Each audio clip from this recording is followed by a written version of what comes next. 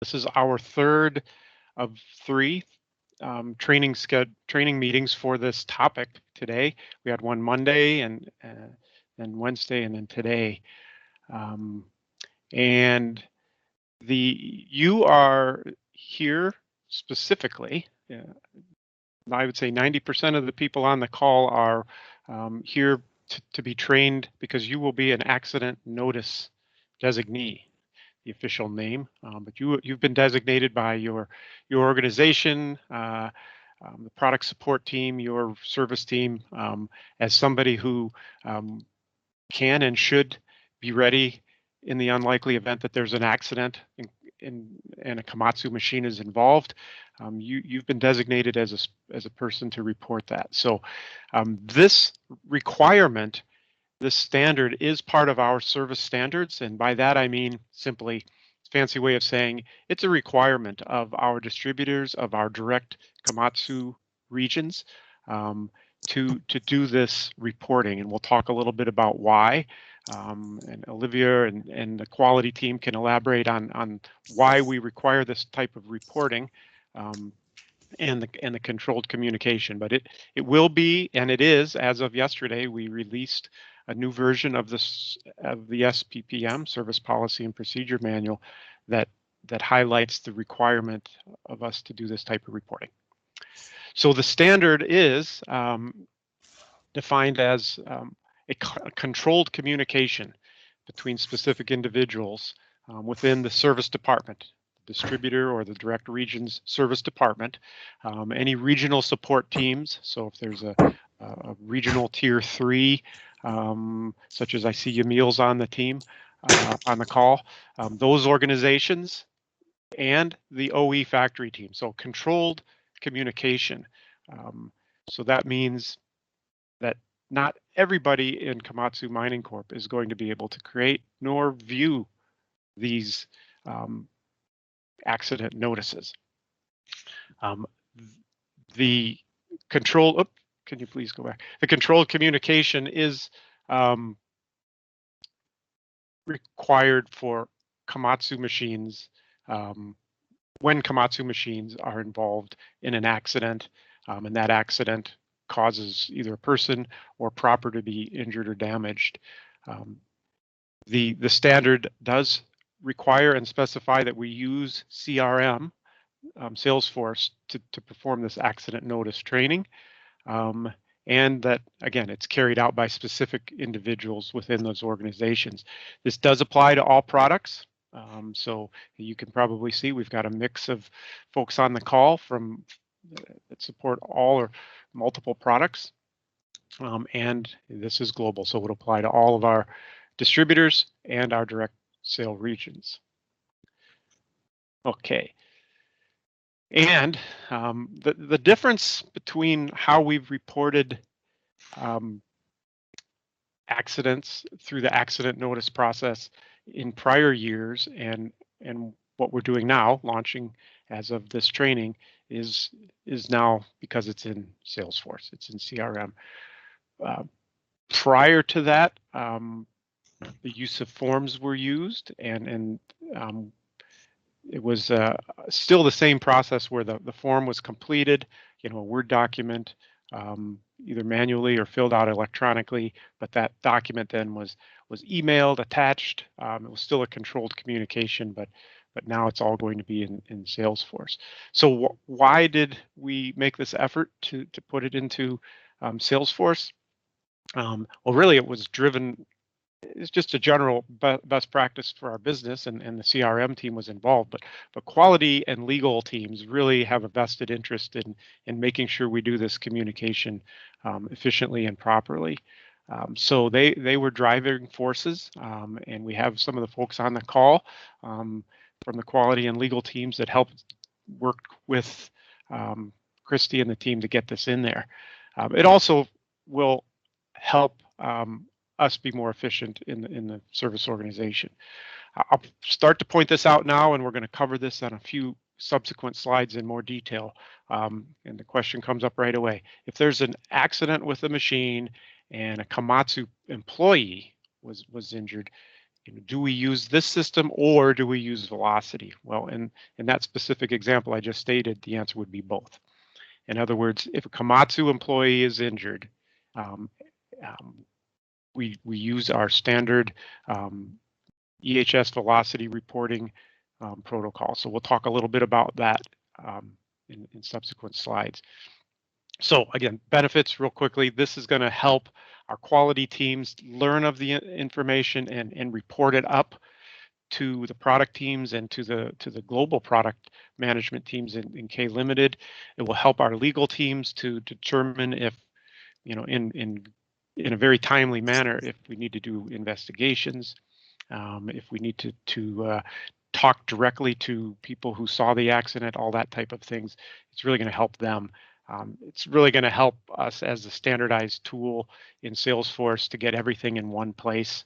Christy will go through that in great detail about, where does this accident notice sit within Salesforce? How do we make use of Salesforce to get data pre-filled out, if you will, or streamline that. So streamline for you who has to fill it out and collect the accident information. And then as I mentioned before, it's going to be great to help us consolidate the information needed for quality reporting up through our own product group and up to K Limited. Okay, so this is the slide where we really want to hammer home and make sure we're all on a common page on what system to use, namely Salesforce versus Velocity. And by the way, we didn't mention it, but if you have questions, you can start posting those. That's a good way for us to start looking at those questions. Maybe we'll respond to them as we're carrying on the training here, or we can come back to them at the end. So please do that. So again, if a Komatsu employee is injured, we must use our internal reporting protocols, and we use Velocity EHS, a global system, for that. So that happens certainly.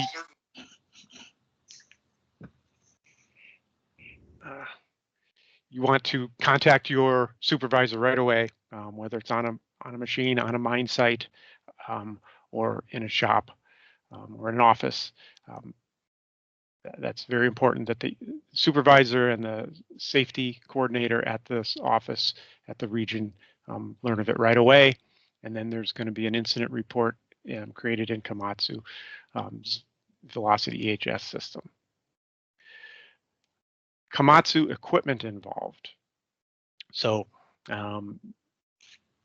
if a shovel loader underground piece of equipment is involved in an accident, that's when we should be using the Salesforce system and creating it in an accident notice in that system.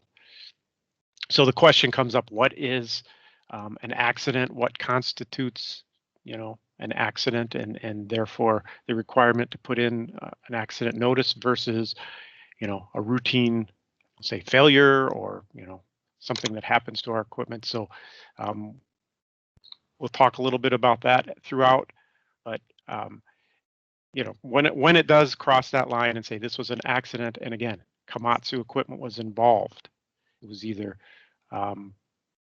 caused or was part of the accident somehow, then we create it in Salesforce. So if a non-Komatsu piece of equipment was involved, maybe it was the cause. Maybe a dozer or something ran into a loader or a drill, or it had nothing to do with the Komatsu equipment, other than it was affected by or involved in the accident. So definitely that would constitute the need for an accident notice.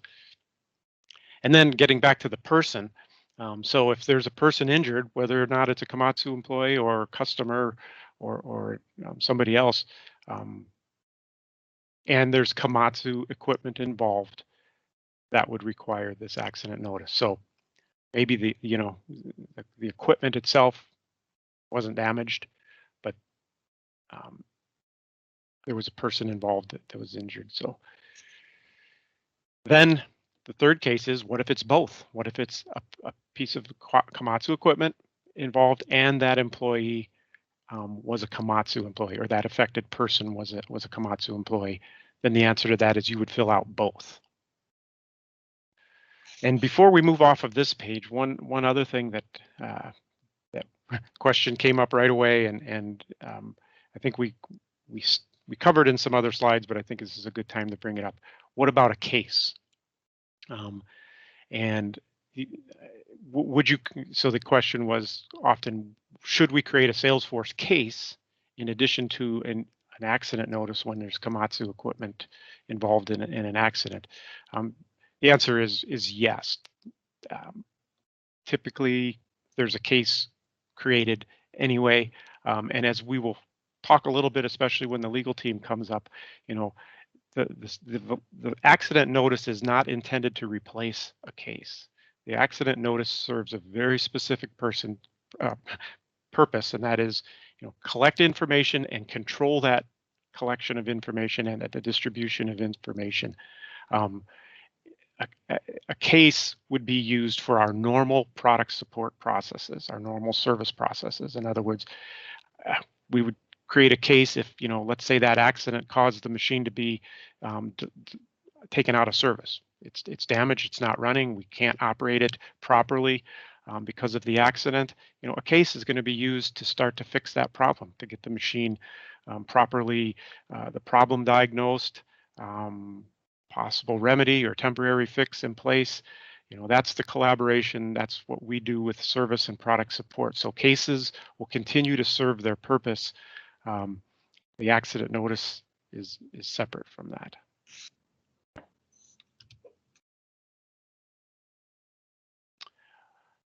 Okay, let's just kind of review this. So who uses the accident notices? Okay, so we talked about that folks on this call are for the most part, accident reporting designees or accident notice designees. So of course you're a person who uses accident notices because you create them, and you may create them and need to go back in and add some more information to that notice as it becomes available, and you'll submit it. So you are definitely a user of accident notices. The legal team immediately will learn if there's an accident notice created and saved in the system, and they will do their thing, looking at it, maybe asking some more questions, maybe contacting you or others that are identified in the notice to see if something like an official investigation should be launched. And then we'll talk about this more, and hopefully Olivier can chime in on this one. How does the quality team, you know, why does the quality team need this report? How do they use it? He'll elaborate on that, but definitely the quality team gets notified and can view details and use that for their reporting. And then the service and product teams, you know, in the normal case in the normal course of action where we're investigating, using cases, you know, that certain members, not everybody, of the product teams will have access to the accident reports.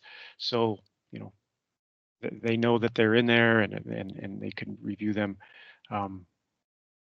through, you know, for their normal business processes. So lastly, any of those folks, I didn't name them by name, but people that have access to the system, you will have your permission set within Salesforce so that you can see them and create them, and nobody else will. And so if an individual says, well, I don't see accident notices in the system, you know, maybe they're looking over your shoulder at your screen, the answer to that's quite simple. You don't need to see it. You haven't been approved to see it. So can I ask you again, Olivier, to elaborate on how K-Limited and how the quality team uses the accident notice? Thank you. Sure. Good afternoon, everyone. Yeah, so you can see here that two examples on the right side, two examples of reporting, the bottom one being the KLTD, reporting, the top one being a similar one that we are doing in KMC based on the accident notices that we've had until now. The purpose of that is not only to do metrics, but for KLTD, it's an important information to look at trends. Do we have more accidents, less accidents? What are the root causes? Which countries? Which problem? Is it design issues? Is it customer issues? And that's what you see in all these, especially the bottom one, all these analysis that KLTD is doing. So our matrix at the top is also included in the bottom KLTD matrix since beginning of 2018. They have started to also take our reports in the global KLTD matrix. So each time you will report an accident, this will also be reported through a specific channel, which is not Salesforce, but through a specific channel. It's going also to some leaders in KLTD to have a look at that and then ask questions back after that. Again, it can be, the main reason is improving the product and it's understanding, for example, if a lot of these accidents are due to customer misuses or customer mistakes or etc., then I know there are some considerations in KLTD engineering about how can we design machines that could minimize the misuse. So that's an example. So of course, priority one is legal, and we will have also some recommendations from the legal team. But quality is involved. Quality is involved because looking at the trends and looking at what has to be done potentially on the long term on the product to minimize accidents on the machines as well.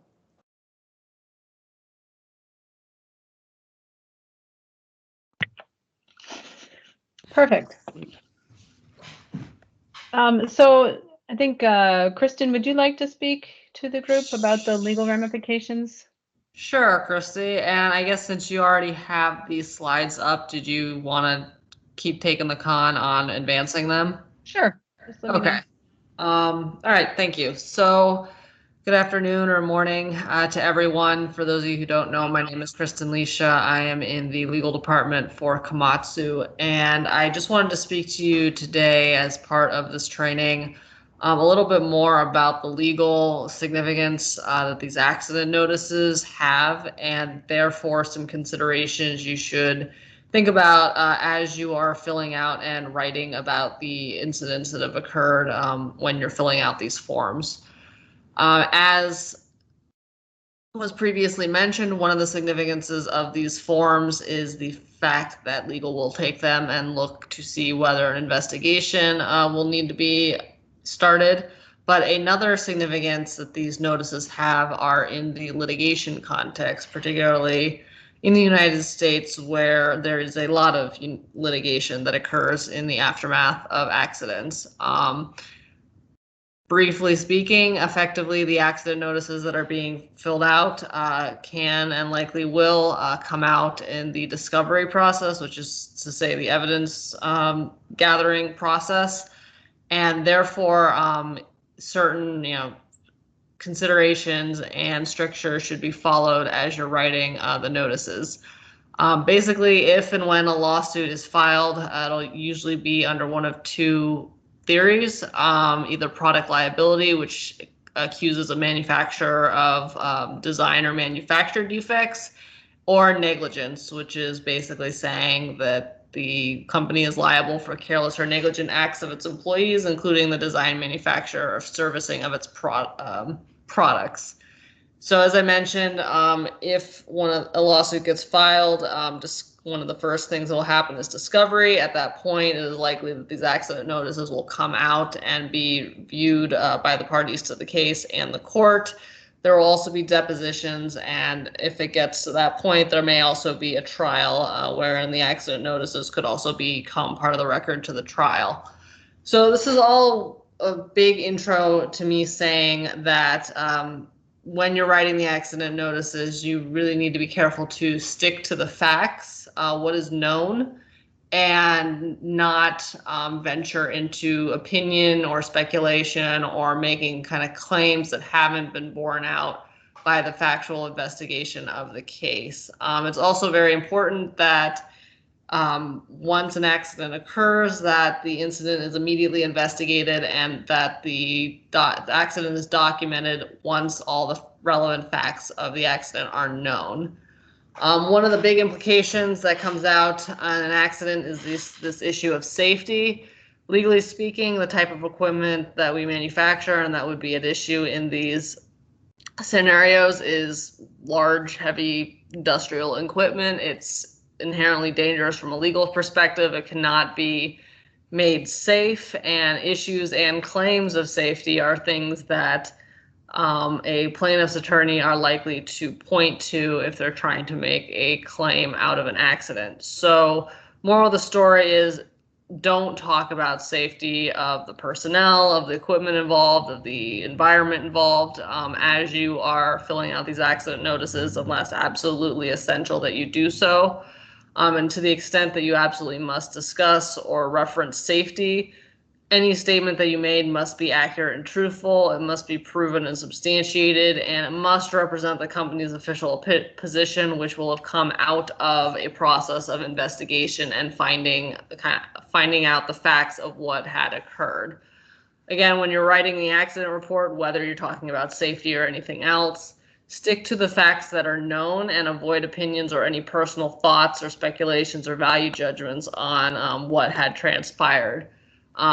Additionally, any early information about the accident that is sort of percolates through is likely to be incomplete, and therefore premature opinions can confuse the situation and communication by offering information that has actually not been established to be accurate or an accurate reflection of the accident as it transpired. Again, formal opinions and theories as to what may have caused the accident, what was the implications of the accident, anything of that nature, should only come from experts, again, after building consensus through careful review and analysis of the situation. Again, going back to this idea that your accident notices, as you're filling them out, should avoid opinions or speculation or really stating anything that's not based in known facts. You should avoid phrases like "I think," "it's possible that," again, because those suggest opinions, not facts. And then this is a list of the type of things, the type of opinion statements or opinion words, particularly negative opinion words, that should really be avoided or not used at all in your accident notices. This is not an exclusive or an exhaustive list, naturally, but it does give you an idea of the type of words that would be inappropriate to put in an accident notice. So dangerous, risky, unsafe, rushed, negligent, that kind of thing. So yes, avoid that type of language as you're filling out the accident notices. Another thing to consider as you are filling out these accident notices and investigating any kind of situation that has occurred, create only necessary documents and copy only those who need to know. Again, this goes back to this idea of discovery, and documentation can and will be uncovered and turned over during the process of discovery. So it's really incumbent only to produce in writing what is necessary to produce in writing, particularly at the beginning where facts and information might not be established, information might still be confused. The best thing to do in the very early stages of investigating or figuring out an accident is to pick up the phone or the Skype and call someone and talk to people, and only commit to writing what is actually discovered to be sort of the facts or the truth of what happened. Again, avoid unsubstantiated or unsupported statements and opinions. Do not place blame or point fingers as you're writing these accident notices. Stick to kind of the objective facts of what happened without trying to assign blame. Accidents are serious, particularly ones that involve personnel being hurt or worse. So an accident notice is really not the appropriate place to try and be funny or humorous. Again, just sort of stick to the dry facts of what happened. Don't talk to strangers about the accidents. This would be outside people unless someone from Komatsu Legal kind of gives the okay. Obviously, if you're required to talk to someone outside the company due to government or agency or any kind of like rules or regulations, that would be different. But to the extent that reporters or some outside attorney wants to talk to you about the situation, don't do that until you've talked to legal and legal has said that is okay. And a big sort of no-no is be careful and really don't discuss product issues or countermeasures in financial terms in a way that suggests that we are at all balancing the safety of our personnel and the safety of our equipment with the cost. Safety is always first, and we do not want to give the impression, particularly not in writing, that we do not put sort of safety as the main concern from a company's perspective. So again, the big takeaways are, as you're filling out these notices, stick to objective, truthful, substantiated, factual information. Do not offer your opinions, theories, or hearsay about the accident. And one just kind of final sort of procedural note. If you do receive an email or document marked privileged and confidential in the course of investigating and putting together the accident notice, do not forward that communication or show it to anyone who is not on the original email list. Additionally, if there's an attorney that was on the original email in the to section of the who we're sending this to, you need to reply, and if you reply to the message, when you reply, you need to make sure that that same attorney is on all the replies and communications back and forth on that email chain, and you need to make sure that they're in the main to category, that they're not on BCC or CC. So yeah, again, the big takeaway is just stick to the facts when you're writing these reports. Okay. Does anybody have any questions at this point? Getting a little echo. I'm going to put you on mute, Kristen. Okay. Just in case that was you. Not sure. Does anybody have any questions for Tom about the purpose of this, or the business process, velocity versus Salesforce, or anything for Kristen about legal considerations? How do we know if it's an accident?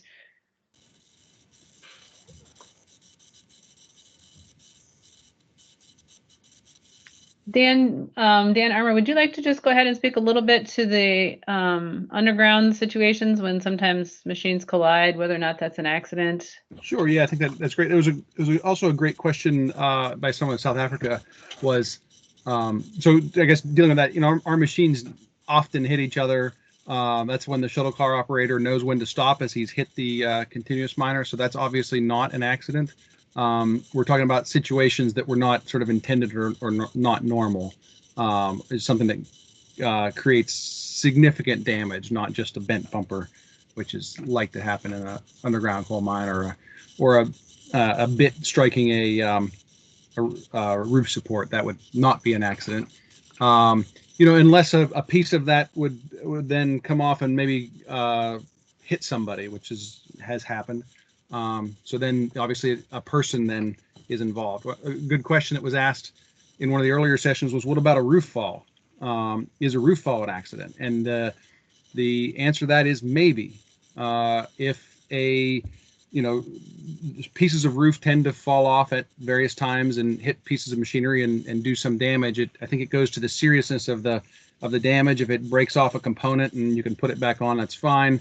If it incapacitates the machine, buries the machine, that's obviously an accident we'd want to report.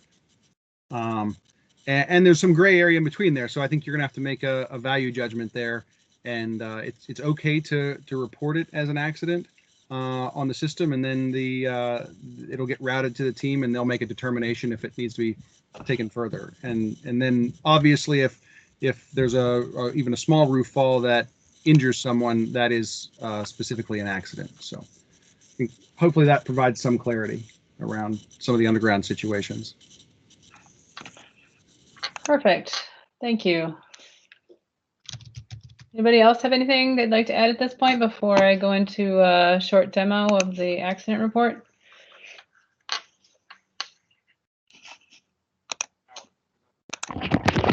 one quick thing, Christy. I think it was pointed out on our first call by Dave Klink. Just a note to acknowledge that as an accident designee, you or the person who saw the accident, particularly if there was a person hurt seriously or fatally, we recognize that it's very stressful, shock. So you know, it was brought up that just, you know, as an accident reporting designee, you need to recognize that, bring your supervisor in. If it's yourself that was unfortunately part of the witnessing it, whatever. Just thought it was a good point that was brought up, that you know, there are folks there to help and recognize that could be your situation, and you know, you're being asked to fill out, be factual, all the good things that we all understand and believe, and we learned from legal team, and we're being asked to use the system and to be timely, but in those situations it could be very stressful. So just wanted to acknowledge that and point out that everybody to seek some help. Yeah, and I think that's sort of the point of there being specific designees, someone who's a little more experienced and Right. you know, has their wits about them, and you know, to do that. So that's why one of the reasons you've all been chosen. Good point, Dan. Okay, Christy. Okay, so let me share my screen again.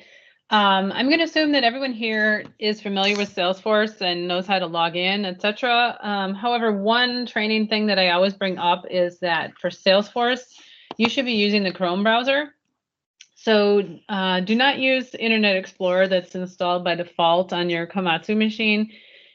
Please install the Google Chrome browser. If you don't have it, you can contact the IT department and they will set that up for you.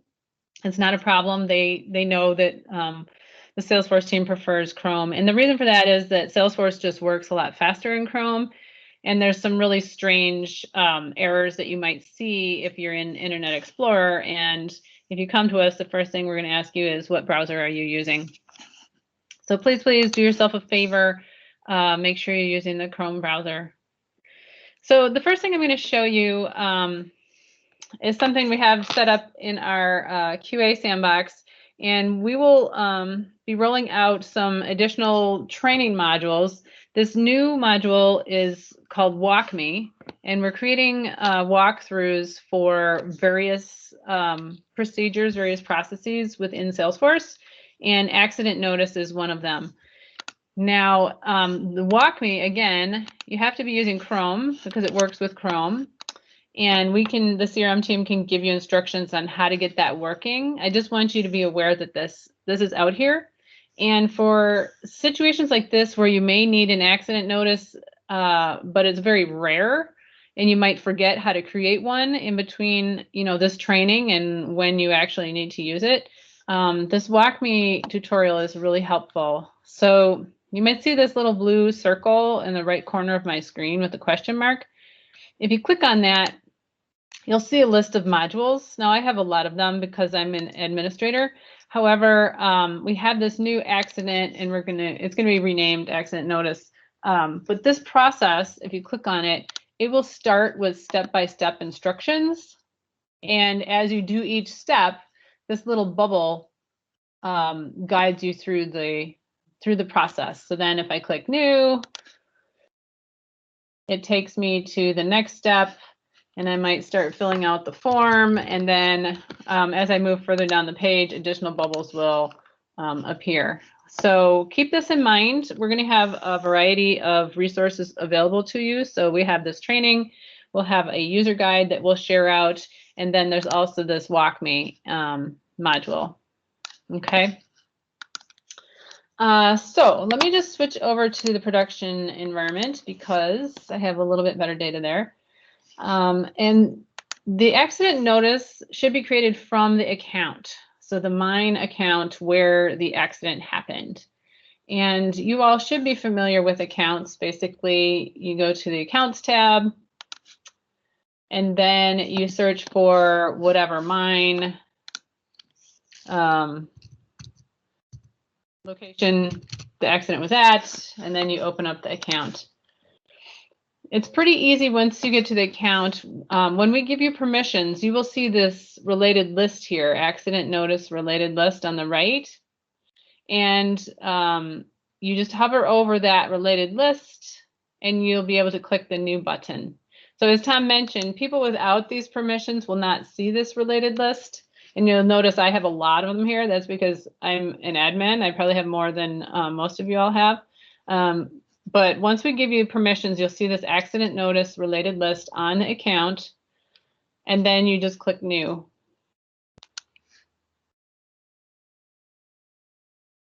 And the top section really reiterates what Kristen went through. It's just a reminder, please state only the facts, don't include theory or gossip, don't hypothesize about what happened. So this is just some reminder information up here.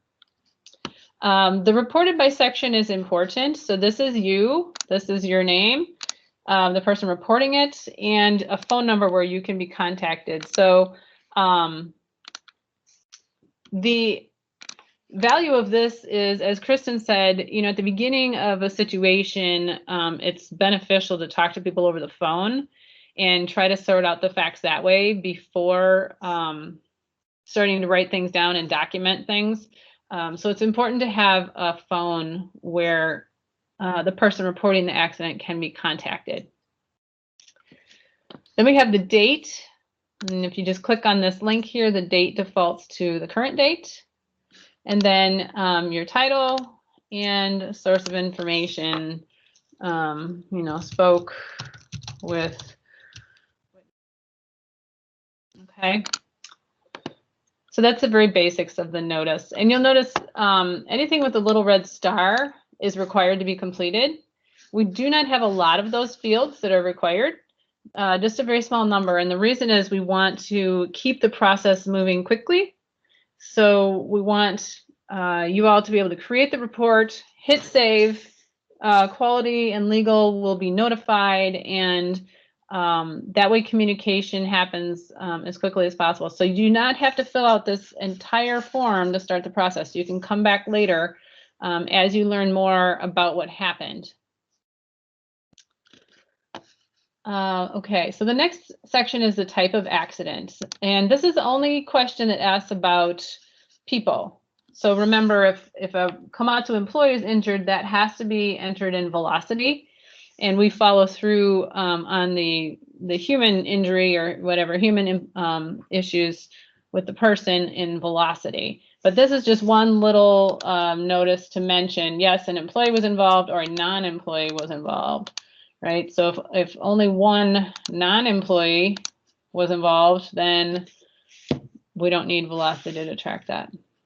But if any employee was involved, then we're going to have to create a report here for the machine and a report in velocity for the person, for the employee. What was the accident type? So this is a multi-select. You just select the item and choose the arrow to move it over to the right-hand side. And then the next section is about the machine that was involved. So there's always going to be at least one Komatsu machine. If there's no Komatsu machine, then we don't need to handle it here. So the first machine is the Komatsu machine. So just devise a name for that machine. If you have the serial number, great. If you don't have it right away, that's okay. Just leave it empty. Manufacturer's Komatsu, and then if you know about any of these questions, does it have a special attachment? Is there any local modifications? Any hydraulic pressure set modifications? You can fill that out. And notice a few of these fields have a circle with a little I in them. That means there's a little bit more information about that field. So in this case, we were limited by the number of characters. And if you hover over it, you can see, oh, MOD, that's short for modification. The second column would be the same questions for the second piece of equipment. So if this was a CAT machine and you happen to know the serial number, and then you would choose non-Komatsu, etc.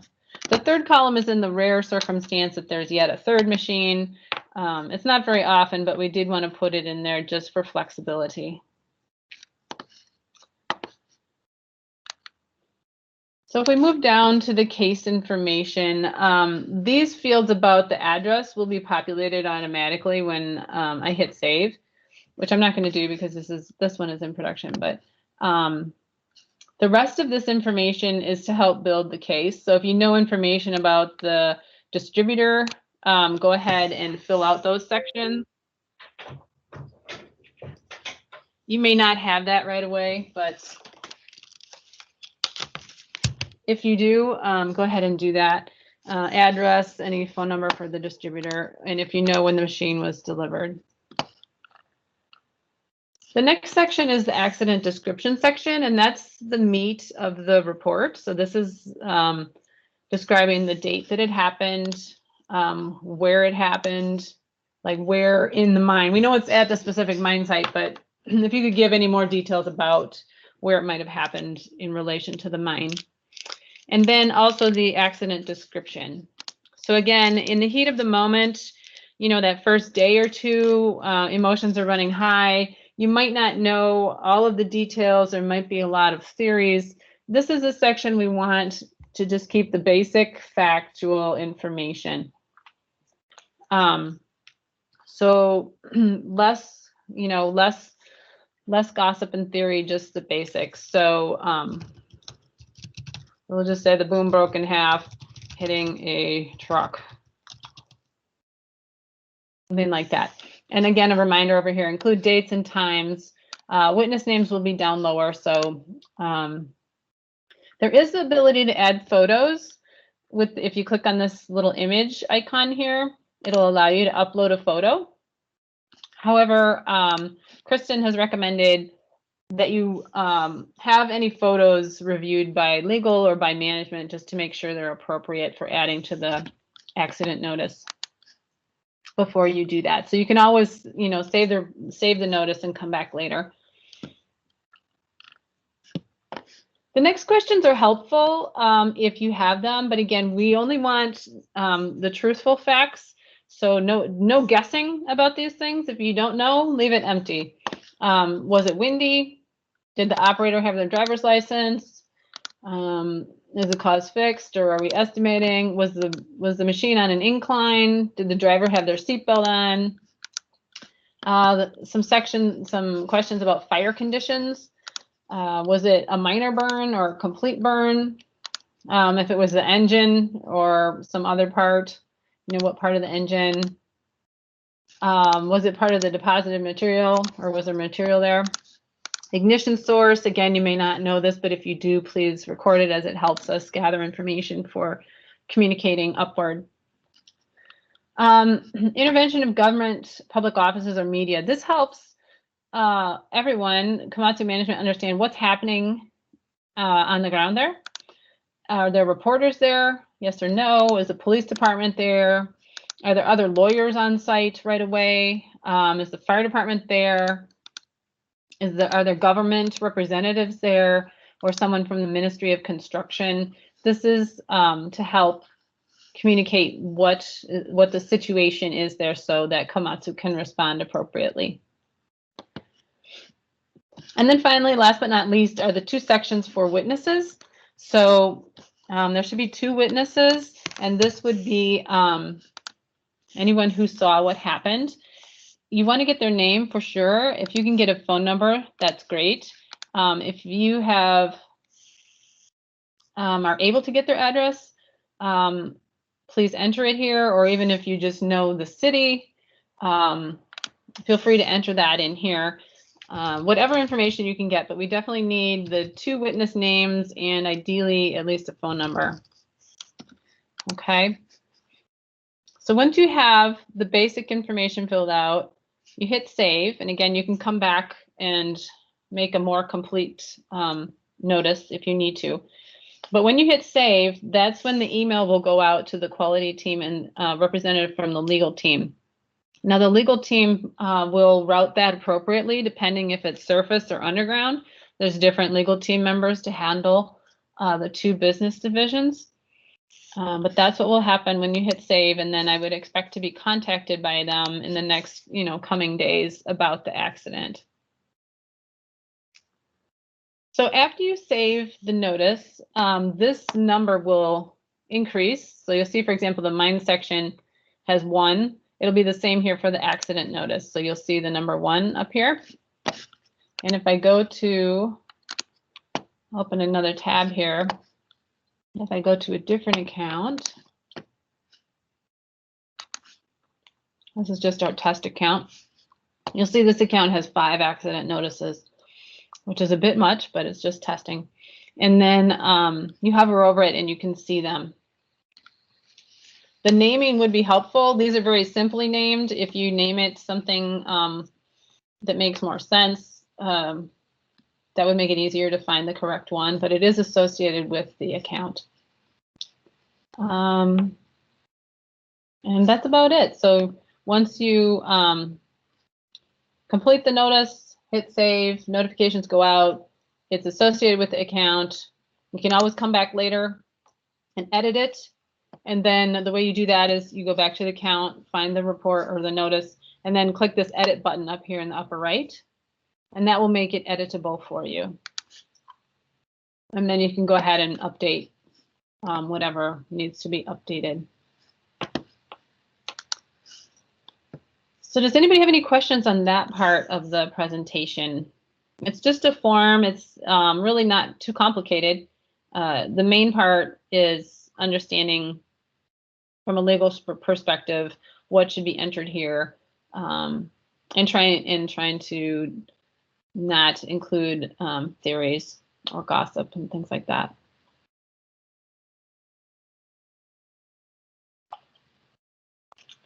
All right. So what's going to happen next is we're taking attendance in this training and the other trainings. We will be putting one of the recordings up into the Learning Center for anyone who may have missed this training, and also be sending out an email to all of you with the user guide and with some instructions on how to get to this WalkMe module to help you as well. And we will also enable your accounts so that you will be able to view the accident notices. This meeting was forwarded quite a bit. So there are some people on the call who are here just for learning purposes. The names that we're going to enable are the names that were sent to us from the regions of the accident notice designees. So those people, if they've been to the training, they will actually get the accident notice. But there may be some people who are in the training today who won't necessarily get the accident notice permission.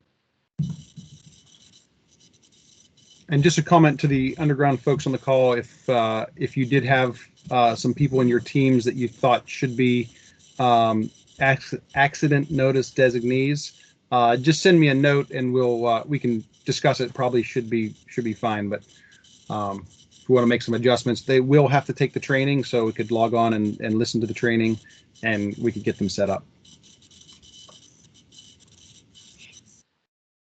And if there's any problems with this, I want to first of all direct you to your Salesforce regional leads. So in Latin America, you have Sebastian and Claudio. In Southern Africa, you have Lisa Vanderwalt. And in Europe, you have Teresa Birch. In China, we have Michael Way. In Australia, Cassandra Smith. So if a situation arises, please consult someone in your regional Salesforce lead because they will be in the same time zone as you. And then, of course, those of us on the call, Tom and Dan and myself, are available, to assist. So we don't want anybody to worry or get stressed out about this. The main goal is to improve our communication and collect accurate and timely details about any accident notices.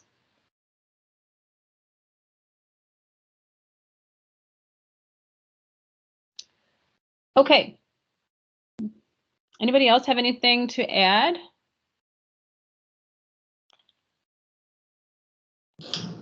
Tom, are you good? Nope, I'm good. Have nothing to add. All right. Thanks, everybody. Yes, I'm going to stop the recording. And as Tom said, thank you so much for taking the time out of your day to be here. I know it's hard to get people together for these kind of things, so we appreciate it very much. And look for the communication in the next week or two about getting the actual permissions, and we'll send you the user guide. And have a good weekend. Thank you so much. Okay, Thank you. thank you. Gracias. Bye-bye. Thank you. Bye-bye. Bye. Thank you. Bye. Thank you. Bye. Bye, thanks.